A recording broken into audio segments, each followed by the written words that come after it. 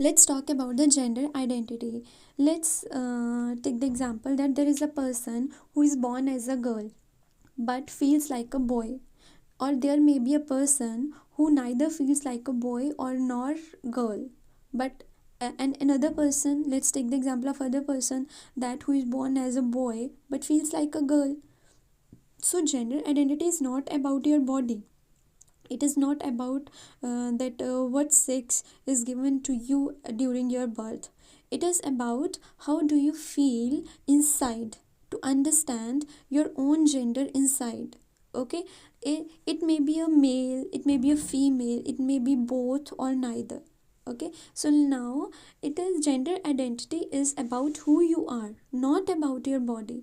So let's come to the gender socialization. Socialization means society teaches to girls and boys that how they should behave in the society, what work they should do, what rights do they have.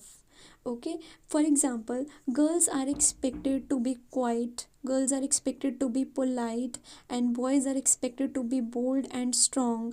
Girls are expected to wear the pink color, boys are expected to wear the blue color. Girls are expected to stay at home and do the household work, and boys are expected to go out and do the work and earn money. So it is a society teaches how both men and women or girls or boys should behave. This is gender socialization.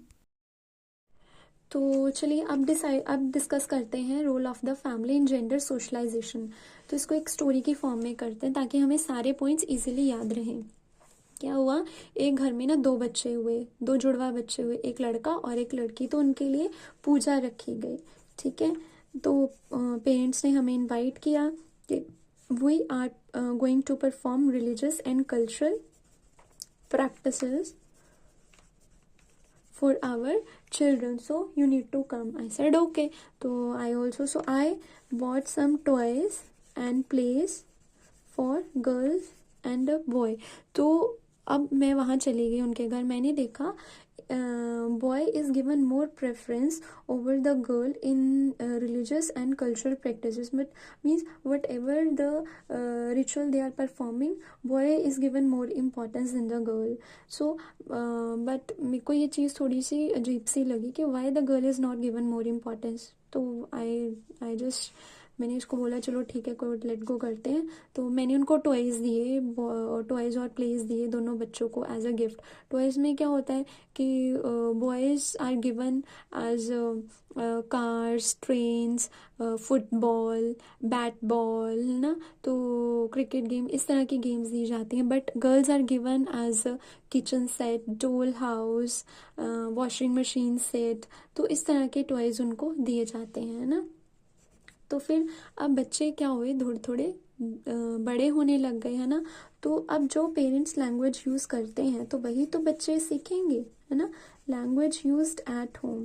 अब जब boy कुछ अच्छा काम करता था, if boy do any kind of good work, then what kind of language used for the boy? Oh, very good boy. And if the girl do any kind of good work, then what language parents use for the girl? Oh, very good girl, very nice.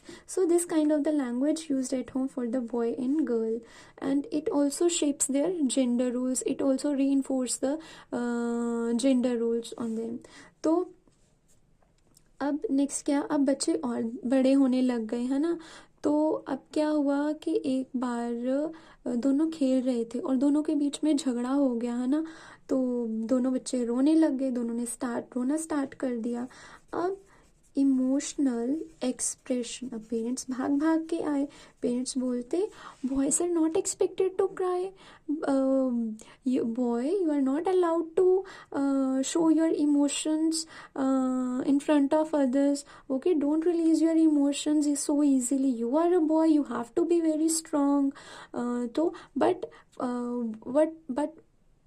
what do we expect from the girls? The girls are allowed to cry, girls are expected to show their emotions. Okay, तो इस तरह के emotional expressions में हम लिख सकते हैं. अब बच्चे और बड़े होने लग गए, ठीक है. तो अब मान लो उनकी अब स्कूल की पार्टी थी, ठीक है. तो उनकी फेयरवेल पार्टी थी स्कूल की। तो जो लड़का था उसने क्या पहना, उसने पिंक पहन लिया, पिंक शर्ट पहन ली है ना, और लड़की ने ब्लू साड़ी पहन ली। And what there so clothing and parents, तो उसके पेरेंट्स क्या कहते, पेरेंट्स कहते girls are not allowed to wear blue, boys are not allowed to wear pink, girls are allowed to wear the pink, but boys are allowed to wear the blue. So this kind of clothing and appearance discussion generally happens in case of boys and girls that reinforce the gender identity. तो अब school ख़त्म हो गया, college ख़त्म हो गया, अब क्या हुआ, जॉब की बारी आई है ना। तो पेरेंट्स की एक्सपेक्टेशंस क्या होती हैं इससे, बताइए ज़रा। पेरेंट्स की एक्सपेक्टेशंस क्या होंगी कि parents expect that boys to be a breadwinner and go out and do the work for their family, but girls are expected to stay at home and do the household work, cleaning and cooking. Okay, तो अब लड़की को क्या बोला गया, house hold work, लड़की को क्या बोला गया, girls are expected to do the household work and stay at home and help the mother in cooking and cleaning, but boys are allowed to go outside and do the heavy work. So this we can write in the household work. अब ऐसे जो लड़की थी उसको अच्छा नहीं लगता ये डिसीजंस कि मैं घर पे रहूं, भाई से बाहर जाके काम करे. So boys are given the more freedom to make the decisions about their life, but girls are not given any kind of freedom to decide about her life. ठीक है, तो boys can go outside to do the work, but girl has to stay at home. Girls are closely monitored और controlled. Boys are given the more independence than the girls. तो ये बातें अच्छी नहीं लगती थी उनको. Okay, so let's see how many points are there. 1 2 3 4 5 6 7 8. So 8 points are there. That is enough. Okay, thank you so much.